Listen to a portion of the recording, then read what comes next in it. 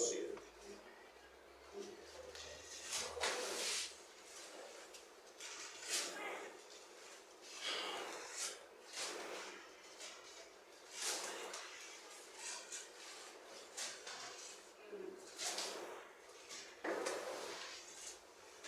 ¿Están por ahí ya? ¿Estamos por ahí? Leemos en el nombre de Jesús. Así que, amados, puesto que tenemos tales promesas, limpiémonos de toda contaminación de carne y de espíritu, perfeccionando la santidad en el temor de Dios. Amén. Rey de los siglos, te damos gracias, Padre amado, y nueva vez nos ponemos delante de ti en este tiempo, porque tú eres el que inspiraste la palabra de Dios en tu espíritu. Y tú eres el que da el discernimiento de ella para que la entendamos. Te pedimos, Señor, que tú nos traigas luz, que nos ilumine, que nos guíe, Señor, porque tú eres nuestro guía y tú eres el que nos enseña todas las cosas. Ayúdanos, Señor, porque necesitamos tu asistencia en cada una de las ocasiones que vivimos de este lado de la eternidad. Te damos gracias, contamos contigo, tú estás en nosotros, con nosotros, por nosotros, y no te irás de nosotros. Te damos gracias en el nombre de Jesús. Amén.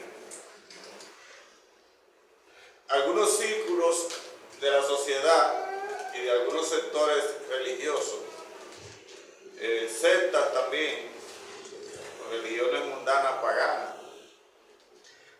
en ocasiones han censurado el cristianismo y a los cristianos porque nosotros decimos que el evangelio es radical y que la salvación es en Cristo y es por la fe y no hay otro medio. Otros consideran que puede haber otros medios de salvación.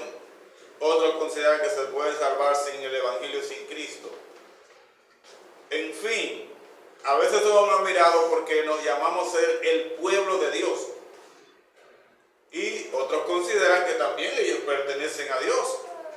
Como por ahí usted ha escuchado decir a personas que todos somos de Dios y todos somos hijos de Dios. Y personas que dicen, no, yo tengo a Dios. No, yo nací en la iglesia. Yo siempre lo he tenido. Pero cuando nosotros hablamos de exclusividad, de que el que es cristiano, que tiene al Señor, el Señor lo primero que hace es que lo trae a su iglesia, a su pueblo. Nosotros no estamos exagerando porque eso es lo que la Biblia nos enseña. Y eso es lo que nosotros vemos en la práctica, en el pueblo de Dios. Nosotros no estamos haciendo diferencia y no nos estamos haciendo mejores que otros. Porque Dios no se contradice. Dios dice que, no hay ningún ser humano mejor que otro. Ahora, que el hecho de que nosotros hayamos sido escogidos por Dios y bendecidos por el Señor y llamados como su pueblo, eso no significa que seamos mejores que las demás personas. No queremos decir eso. Ahora, de que el evangelio es exclusivo, es exclusivo. De que la salvación es en Cristo, es en Cristo. Y de que los cristianos nacidos de nuevo, que están en la iglesia de Cristo, son los verdaderos cristianos y somos el verdadero pueblo de Dios, eso también es cierto. Aunque a otros les duela y les molesta. Quizás yo algún tiempo me lo llegué a pensar también, pero una vez que el Señor me trajo aquí, me hizo nacer de nuevo y me puso en su iglesia, ahora yo sé que este es el pueblo de Dios. Cuando hablo de su iglesia no me refiero simplemente a estas 4 paredes, que es donde estamos nosotros, o a nosotros como cuerpo local. A la iglesia del Señor, a la que pertenecemos, de todos los nacidos de nuevo, a lo largo y ancho de toda la tierra. Entonces, el Señor ha sido el que ha establecido eso. El Señor desde el principio escogió un pueblo para que ese pueblo lo mostrara a las naciones y mostrara su gloria con un propósito. Y todos aquellos que querían ser parte del pueblo de Dios tenían que venir a ese pueblo y aceptar todas las ordenanzas que el Señor demandaba para ser parte de ese pueblo. Tenían que cumplir con todo eso para ser parte de ese pueblo. No se podía hacer de Dios fuera de ese pueblo, porque eso lo estableció Dios así. Y Dios fue incluso que llamó a esa nación, y a esa nación no la llamó por nada bueno que ellos hacían, no era porque ellos eran los mejores ni los más privilegiados. Al contrario, Dios se lo dijo claramente. que ellos eran los más insignificantes de la tierra. O sea, fue por pura gracia, por puro amor, por el puro afecto de su voluntad que Dios lo hizo. Y allá donde le dijo a ellos que ellos eran el pueblo de Dios, linaje escogido, nación santa, luego Pedro nos dice a nosotros que nosotros somos el pueblo de Dios, linaje escogido, nación santa. Entonces nosotros no estamos exagerando, es lo que Dios ha dicho. Es lo que Dios ha dicho. El teólogo del siglo pasado, creo que el siglo IV y V, Agustín de Hipona, en una de sus enseñanzas, él dijo que lo más extraordinario que tenía el Evangelio no era la fe, no eran otras cosas, sino era que él había visto que en todas las religiones del mundo, que no era el cristianismo, el evangelio, su Dios vivía fuera de ellos, o estaba fuera de ellos. En el cristianismo no pasa eso. Lo más extraordinario es que Dios vive en su pueblo, en nosotros. Dios vive en nosotros. Él vive en medio de su pueblo y vive en el corazón de cada redimido. Eso es lo más extraordinario. Porque ustedes pueden ver todas las demás religiones, los Mahoma, los Budas y una serie que andan por ahí y siempre tienen su referente afuera. Su Salvador no está en ellos. Y en todos esos casos han muerto. El de nosotros está vivo y vive en nosotros, con nosotros, por nosotros y en nosotros. Y así Él lo estableció. O sea, cuando Moisés le dijo a Dios en el desierto, después de haberlo sacado de Egipto y después de cruzar el Mar Rojo, que le dijo, mira, si tú no debes ir con nosotros, no nos saques de aquí. Dios no estaba contestando una petición de Moisés cuando le dijo, mi presencia irá contigo y te dará reposo. Dios no estaba contestando esa petición. Dios estaba con ellos desde que los sacó de Egipto. Desde que los sacó de Egipto, Él estaba con ellos. Venía en columna de nube, en columna de fuego, venía en agua de la peña, venía en todo lugar, estaba Dios con ellos. Porque Él estableció que Él iba a vivir en medio de su pueblo. Y déjenme decirle que de la única manera que Dios ha logrado que el hombre, que nosotros podamos vivir glorificándole, es viviendo en medio nuestro. Porque aquellos hombres, antes de que el Espíritu Santo viniera a morar en nosotros, de que Dios viniera a morar en la tercera persona de la Trinidad en nosotros, aquellos hombres que vivieron en el Antiguo Testamento, aquellos que le glorificaron porque recibían una presencia fresca de Él. Él los ungía y los capacitaba para eso. Pero los demás que decían ser su pueblo, no lo glorificaron. Y Dios le dice en Ezequiel 36, por ahí 25, le dice, mira, ustedes han profanado mi nombre entre las naciones. Ustedes lo han profanado, ustedes no me han glorificado. Y para yo lograr eso, ¿sabe lo que yo voy a hacer? ¿Sabe lo que yo voy a hacer? Yo derramaré mi espíritu en vosotros. Yo pondré mi espíritu en vosotros. Yo lo voy a limpiar con agua pura. Y pondré mi espíritu en vosotros. Y mis leyes las escribiré en su mente, las pondré en su corazón, para que andéis en mis estatutos, para que hagan mi palabra y la cumplan por obra, porque ustedes nunca la han cumplido. De la única manera que nosotros nos vemos cumpliendo esa palabra del Señor es porque Él ha venido a morar en nosotros. Si Dios nos salva por otro medio que no es dando su espíritu, lo cual es imposible, pero si Dios esa posibilidad y nos da su espíritu en nuestra vida y nos deja simplemente salvos, nosotros no podemos cumplir su palabra, no podemos vivir el evangelio, no podemos vivir la vida cristiana. Porque necesitamos esa herramienta para poder vivir como cristianos. El Espíritu de Dios. Por eso dice la palabra que Él es nuestro intercesor. Él nos anhela celosamente. Él nos enseña todas las cosas. Él nos guía a toda verdad, toda justicia. Él está con nosotros. Entonces, necesitábamos el Espíritu de Dios para poder hacer la obra de Dios, para dar testimonio de Él. Entonces, fue una promesa de Él.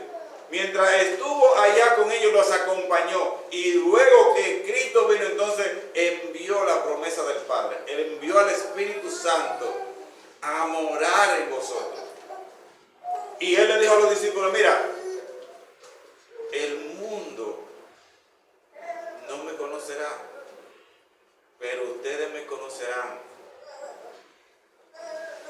porque yo estaré con vosotros. El Espíritu de verdad, cual el mundo no puede recibir porque no lo conoce, pero ustedes sí, porque ustedes le conocen, porque mora con vosotros y estará con vosotros. El Espíritu de verdad. Entonces nosotros somos morada de Dios en el Espíritu. Y aquí Pablo, escribiendo a los Corintios, poniendo este texto en su contexto, él le dice a partir del versículo 14 del capítulo 6, un poquito más atrás del capítulo 7, capítulo 6, versículo 14, él dice, no os unáis en yugo desigual con los incrédulos, porque ¿qué compañerismo tiene la justicia con la injusticia? ¿Y qué comunión la luz con las tinieblas? ¿Y qué concordia Cristo con Belial? ¿O qué parte el creyente con el incrédulo? ¿Y qué acuerdo hay entre el templo de Dios y los ídolos? Porque vosotros sois el templo del Dios viviente, como Dios dijo, habitaré y andaré entre ellos y seré su Dios y ellos serán mi pueblo, por lo cual salid de en medio de ellos y apartaos, dice el Señor, y no toquéis lo inmundo y yo os recibiré. Amén. Somos morada del Señor. Somos un pueblo diferente. Aunque estamos en el mundo, el cristiano tiene una naturaleza que el mundo no la tiene. Vosotros no son del mundo, están en el mundo, pero no son del mundo. Antes yo los he escogido del mundo, dice el Señor. Entonces, nosotros, amados hermanos, cristianos nacidos del Espíritu Santo, porque hay muchos por ahí llamados cristianos, hay muchos que se llaman cristianos por ahí, en otras sectas y en iglesias también evangélicas, pero hay muchos que son cristianos y ni siquiera saben lo que se llama nacer de nuevo, ni siquiera saben lo que es nacer del Espíritu. Y es un poquito contradictorio porque mire, usted sabe lo que usted tiene a la gente viviendo en su casa y usted no lo conoce. Y usted no sabe quién es. ¿Usted cree que eso puede ser posible?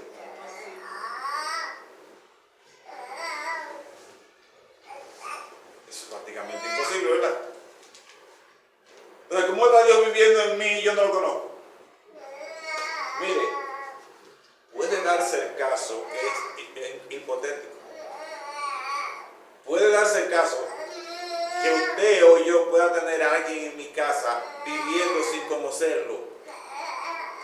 Eso puede pasar, aunque sea remoto. Pero es imposible que Dios viva en mí y que yo no lo conozca.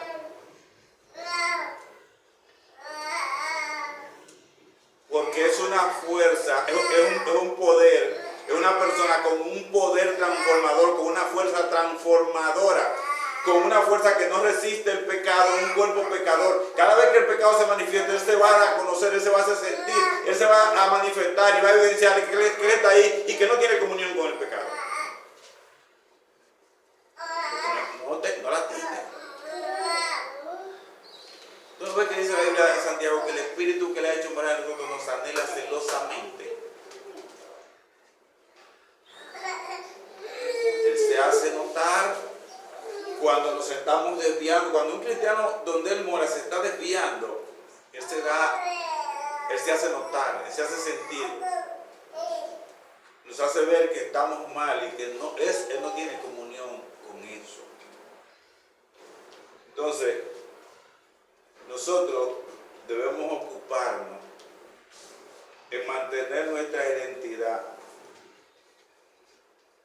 cuando habla del yugo desigual, es una cita que toma el apóstol Pablo de Deuteronomio 22:10, donde se prohibía arar con dos tipos de raza. Por ejemplo, usted iba a cumplir una labor que iba a arar la tierra con animales, ¿verdad? Y usted no podía arar con un buey y un caballo juntos. Hacían un yugo, una yunta que le ponen aquí, ¿verdad? Para los dos animales van guiando el arado. Pero usted no podía tomar un buey y un caballo, o un caballo y quizá un cerdo. Usted no podía tomarlo. Usted tenía que tomar animal de la misma raza para poder hacer el trabajo. Nosotros no podemos unirnos en nuestra vida ahora como cristianos con los impíos.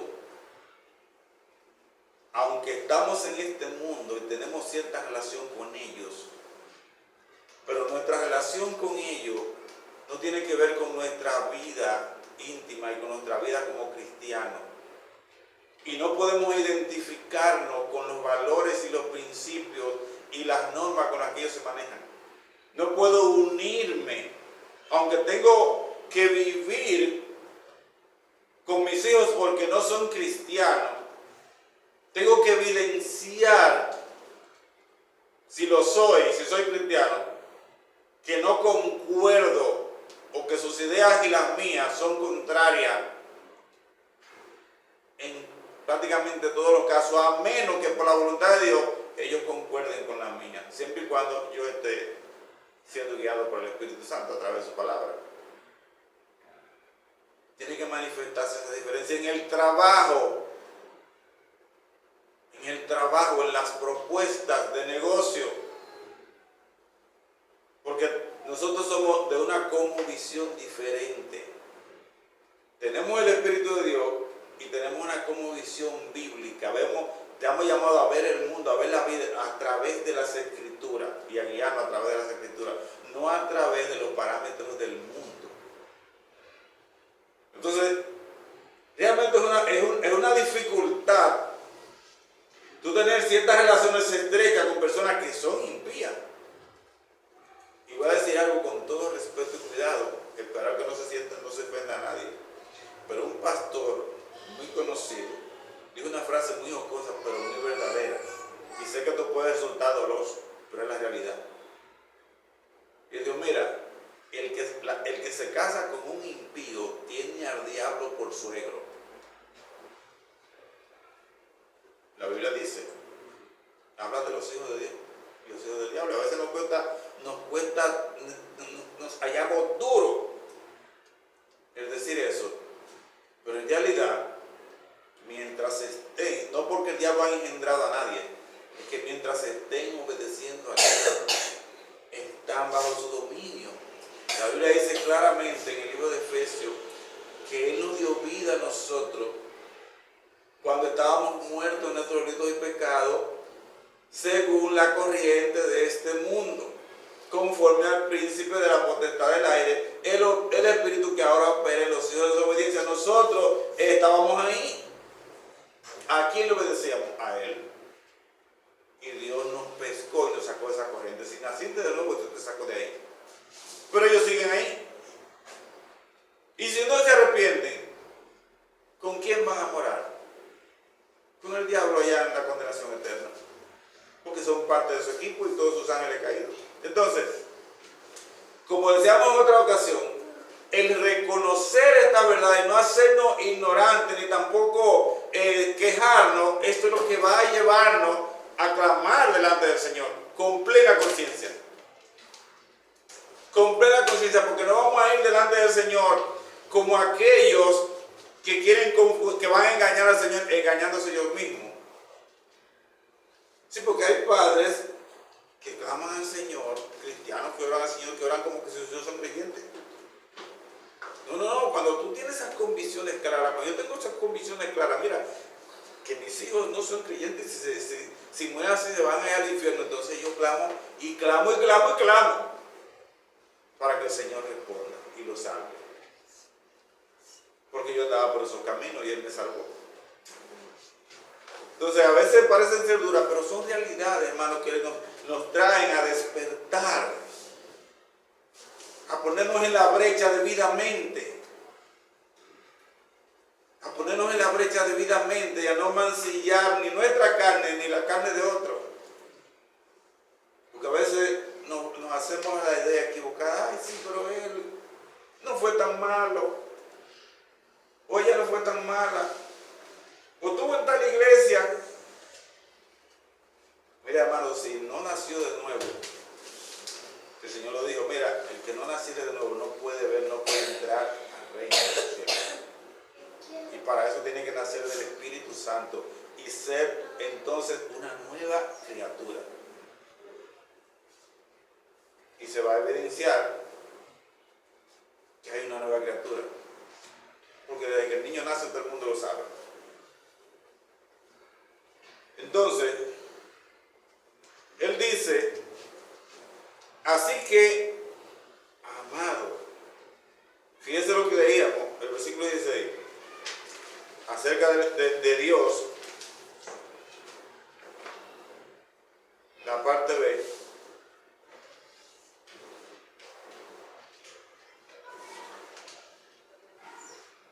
Más bien, vamos a tomarlo del mismo 16. ¿Y qué acuerdo hay entre el templo de Dios y los ídolos? Porque vosotros sois el templo del Dios viviente. Ahora, hermano, le pregunto y quédese con la respuesta. ¿Usted tiene plena convicción de que Dios muere en su corazón? Si la respuesta es sí, yo le pregunto y se queda con la respuesta, ¿cuál es esa convicción que usted tiene? ¿Usted ve la obra de Dios en la persona del Espíritu Santo guiando su vida? Usted lo ve corrigiéndolo, usted lo ve enseñándole, usted lo ve guiándolo, amonestándole, disciplinándolo, usted lo ve creciendo en usted y usted menguando. Porque si no es así, corramos a clamar.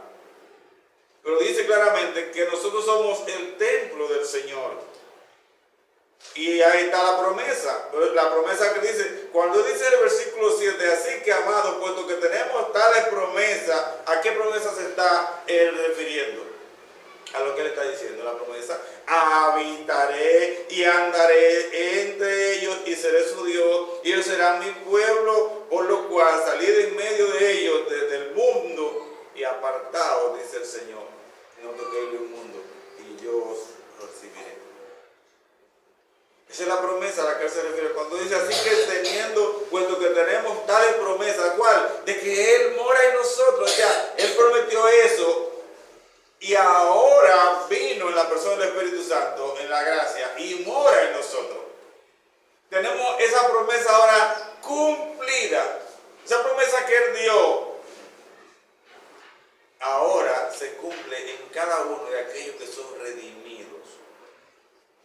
Viene a morar en nuestras vidas. Entonces hay un llamado. Hay un llamado porque estamos todavía en este mundo y todavía nos relacionamos con este mundo.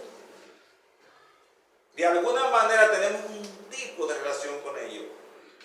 Entonces nosotros mismos que somos pecadores tenemos que tener un cuidado elevado para nosotros limpiarnos de toda contaminación a la luz de esa promesa de que no le pertenecemos a ese mundo y que Dios mora en nosotros.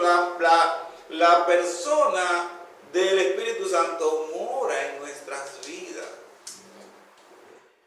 Él mora con nosotros. El ser más puro, más santo, santo, santo. El ser perfecto, más glorioso, impecable, indescriptible, mora en nosotros. Eso es algo, si usted lo entiende, gloria a Dios. Yo no lo entiendo. Ahora yo sí lo creo porque yo sé que mora en mí. Pero esa persona mora en mí. Entonces hay un llamado. ¿A qué? Limpiémonos de toda contaminación contaminación de carne y sangre. Han llamado a limpiarnos. Es un deber que cada creyente debe emprender. Fíjese que no es, lo voy a limpiar.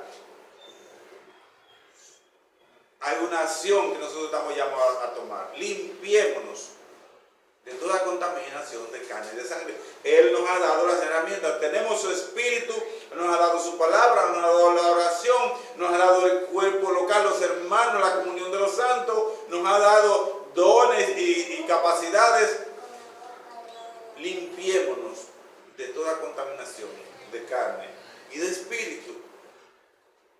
Y ciertamente el Evangelio, amados hermanos, el Evangelio no debe tener ninguna relación en lo espiritual con las demás religiones paganas, con las demás religiones mundanas. Porque decimos las demás, pero es una sola realmente. Lo que pasa es que se dividen muchas, porque en el mundo nada más hay dos religiones. Los cristianos nacidos de nuevo y los demás. Nada más esas dos. Aunque tengan diferentes nombres, todas las que no son de los redimidos caen en esa categoría. En esa categoría. En la otra caen nada más. Solamente hay dos. Y es tan sencillo de comprender como saber que cuando venga la eternidad futura, nosotros estaremos en un lugar y después todas las religiones juntas estarán en un solo lugar. No le van a ir a esta son de aquí, no. El que no está en la Nueva Jerusalén con Cristo, entonces estará en el infierno, para la condenación. No importa cómo se llame. No importa cómo se llame. Entonces, en términos espirituales, nosotros no tenemos que tener ningún tipo de relación, ni como religión evangélica, cristiana, ni como iglesias, ni de manera particular. Nosotros estamos llamados a limpiarnos de toda contaminación de carne y de sangre. Las falsas religiones se enfocan en complacer los deseos y los apetitos de la carne. Se enfocan en eso. También nos llama a separarnos de las ideologías. Las ideologías de este mundo caído. Son acciones que tenemos que emprender en el día a día. Limpiarnos de toda contaminación de carne y de sangre. Lamentablemente, cuando hay muchos sectores del cristianismo que entienden esto como que ellos tienen que, como que ellos se apartan en ayuno y oración, se van ¿cómo que se llama? A los montes. Sí, pero hay un término que ellos hacen, a consagrar. Se van a consagrar. Una consagración. Y van y toman 2 o 3 días de ayuno y oración metido por allá. No es que usted no tenga que orar, hay que orar y hay que ayunar.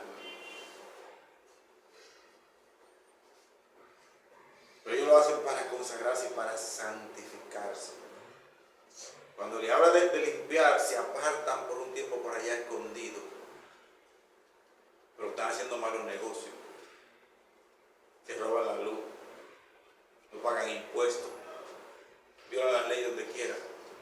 Se rebelan contra las autoridades. Hablan mal públicamente de las autoridades. Denigrando a las personas, a las autoridades. Maltratan a sus hijos, maltratan a las esposas. Deben en los colmados. Cuando le cobran no quieren pagar y dicen que el diablo lo está atacando. Cogen un fiado, cuando le quitan los artículos y dicen que el diablo se lo arrebató. A eso ellos no le llaman santidad. No le llaman santificación a eso.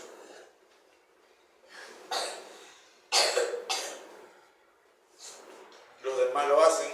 Los vecinos se roban la luz. Y yo, ¿por qué no puedo robar? Y si este es un hijo del diablo, se lo está robando. Yo porque soy hijo de Dios. ¿Por qué tengo yo que está pasando oscuridad?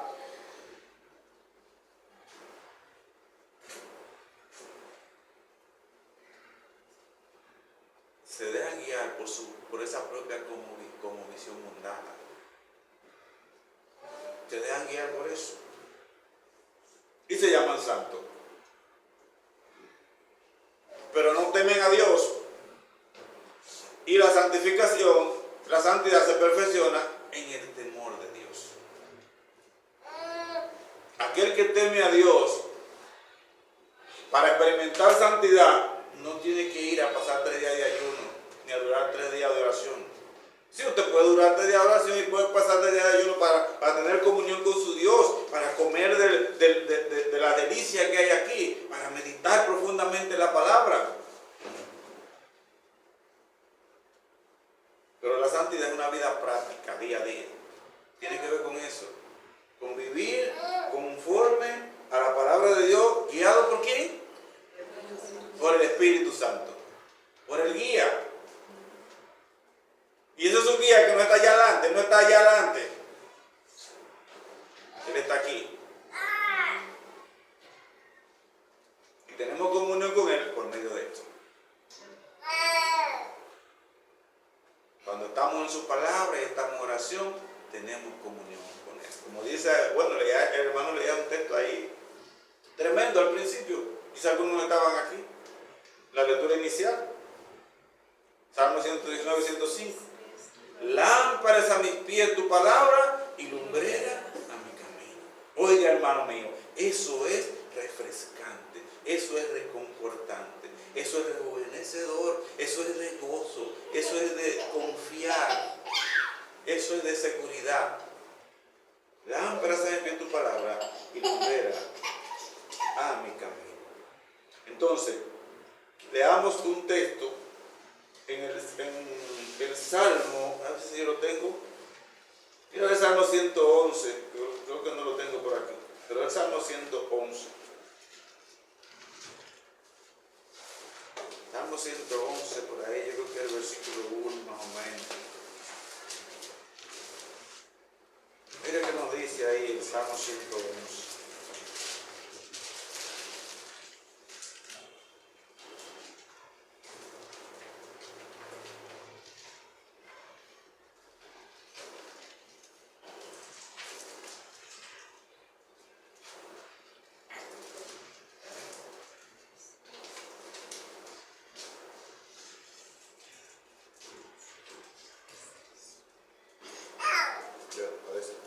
Pues 112. Ok, 112. El siguiente amigo. 112, 1 dice: Bienaventurado el hombre que teme a Jehová y en sus mandamientos se deleita en gran manera. Esas dos cosas, amados hermanos, no se pueden separar. No es posible separarlo. Temer al Señor y andar en sus mandamientos, eso no se puede separar. Porque si usted dice que teme, si digo que temo y no ando en sus mandamientos, no estoy temiendo. La evidencia de que temo al Señor es que ando en su palabra. Porque yo puedo decirle a cualquiera que temo a Dios. ¿Y qué? ¿Quién va con eso al mercado? Ahora, cuando puedo andar en su palabra y evidenciar que ando en su palabra, estoy mostrando que temo al Señor. Y a ese el Señor lo llama bienaventurado. Mire, ahí mismo, cerca de donde estamos, en Corintios 6, 1 Corintios 6, 9 al 11, dice aquí: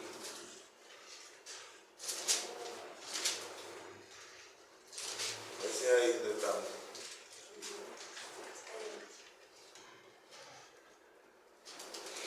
No, 6, 9 al 11.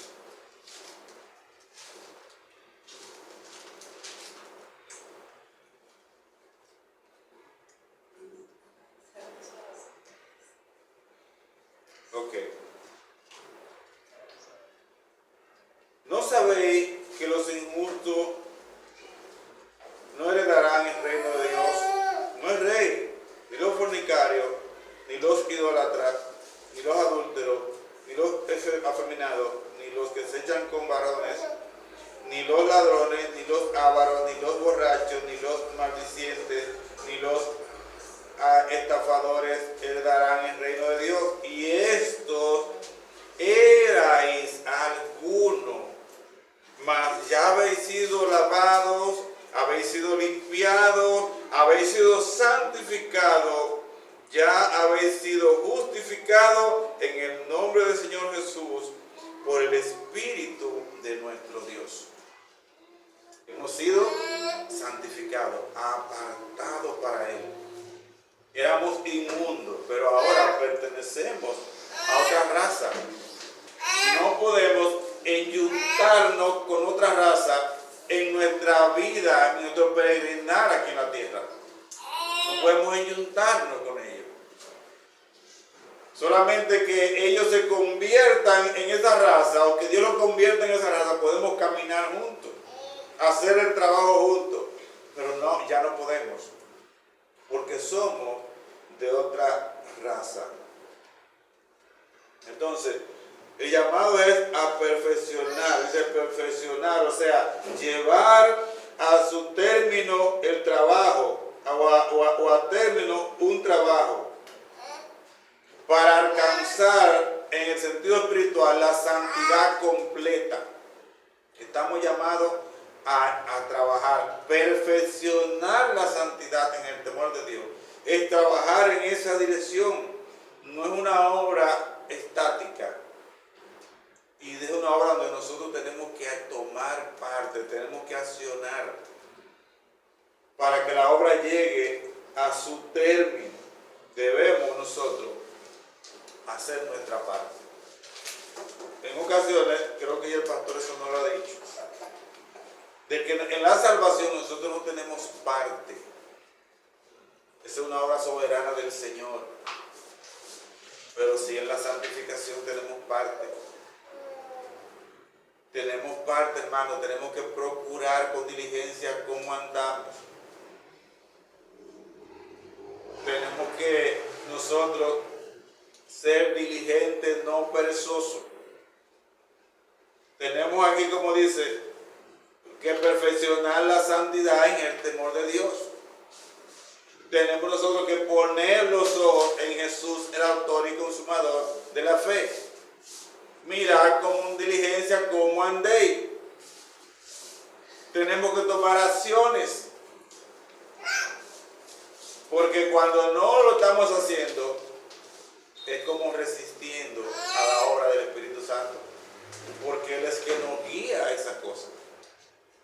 Él es que nos guía. El cuerpo de Cristo tiene que moverse. No olvidemos que Cristo es la cabeza. Y así como Él ilustra, o el apóstol Pablo ilustra esa metáfora del cuerpo para referirse a la iglesia donde Cristo es la cabeza. Recuerde que la cabeza planifica, dirige, todo, ordena, pero el cuerpo tiene que moverse. Si el cuerpo no se mueve, no va a ningún lado. Nosotros estamos llamados a accionar para que la obra del Señor empiece a crecer y a brillar en nuestra vida. Pero no olvidemos, estamos llamados a aplicar sus mandamientos en nuestra vida, en el día a día. Estamos llamados a eso, hermanos. Voy a leer un último texto, no tienen que buscarlo. Voy a volver al Salmo 112 porque sí, tenía el texto ahí. Pero es el versículo 10. Lo voy a leer y ahí vamos a terminar. Vamos a ver si no estoy equivocado. El principio de la sabiduría es el temor de Jehová. Buen entendimiento tienen todos los que practican sus mandamientos. Su loor permanecerá para siempre. Salmo 111, versículo 10. Fíjense bien. El principio de la sabiduría es el temor de Jehová. Y buen entendimiento tienen todos los que practican sus mandamientos. ¿Se da cuenta que el temor y aplicación de la palabra van juntos? Van juntos. Es esto lo que nos lleva a temer al Señor. Pero por lo menos quería aclarar un poco, dar un poquito más de aporte en cuanto a lo que el pastor está refiriendo ahorita, con relación a la morada del Espíritu Santo. Nosotros somos el templo de Dios. Cuando busquemos al Señor, no lo busquemos fuera. Nosotros somos los invitados a la obra del Señor, no el Espíritu Santo. Y quizás ustedes han escuchado por ahí, invitamos al Espíritu Santo. No, aquí somos nosotros los invitados, el dueño de la fiesta es Él. Entonces, amado, vamos a ver, yo que estaba un poquito tarde, pero vamos a tener, son y 40, vamos a tener un breve tiempo de oración.